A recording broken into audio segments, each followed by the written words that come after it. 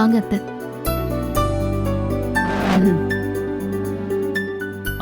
வாங்கப்பா.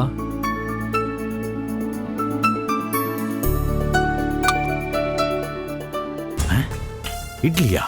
என்னடா இது கோடீஸ்வரம் குடும்பமா இருக்கு, மட்டன் பாயா சிக்கன் இருக்குன்னு பார்த்தா வெறும் இட்லி வச்சு சாம்பார் ஊத்துறாங்க. இதைத்தான் திம்பாம் போல் இருக்கு. சமாளிப்போம்.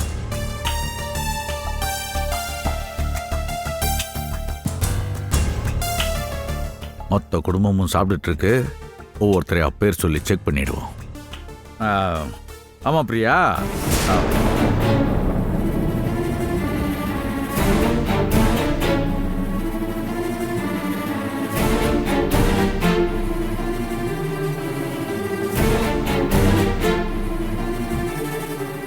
என்ன அப்படி பாக்குற?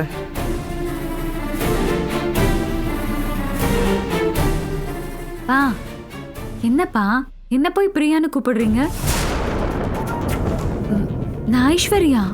அது எனக்கு தெரியாதா? பிரியா காலேஜுக்கு போயிட்டாளான்னு கேட்டேன்.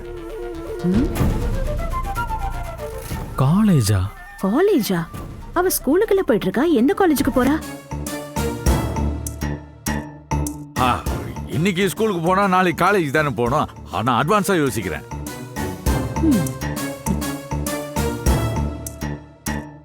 பேச்செல்லாம் ஒரு மாதிரியா இருக்கு. நான் கரெக்டா தானே பேசுறேன். சாப்பிடுங்க.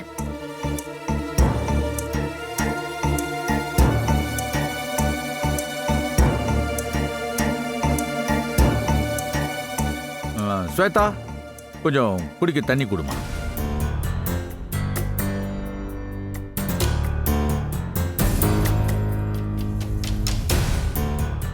என்னங்க நீங்க? ஏற்கனவே தான் தண்ணி இருக்கே. அதுல தூசு இருக்கே, தெரியலையா? அதான் வேற தண்ணி கொடுமான்னு கேட்டேன். இந்தா.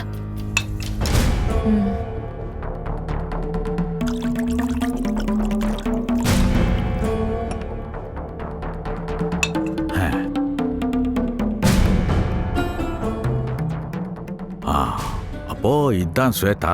கரெக்டா சொல்லியாச்சு. இப்போ அடுத்த ஆளை செக் பண்ணி பார்க்கலாம்.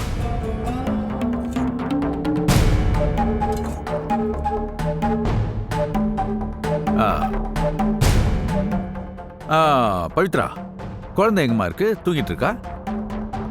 ஆமா மாமா, ரூம்ல தூங்கிட்டு இருக்கா. ஏங்க, குழந்தைக்கு பேர் வச்சாச்சுல்ல, அழகா ராணின்னு பேர் சொல்லி கூப்பிட வேண்டியதானே? திரும்ப திரும்ப குழந்தை குழந்தைன்னு. ஓ, அப்ப பவித்ராவோட குழந்தை பேர் ராணியா? இந்த பேர் நம்ம லிஸ்ட்லயே இல்லையே. சரி, இதுக்கு மேல் நம்ம அதை மெயின்டைன் பண்ணிப்போம்.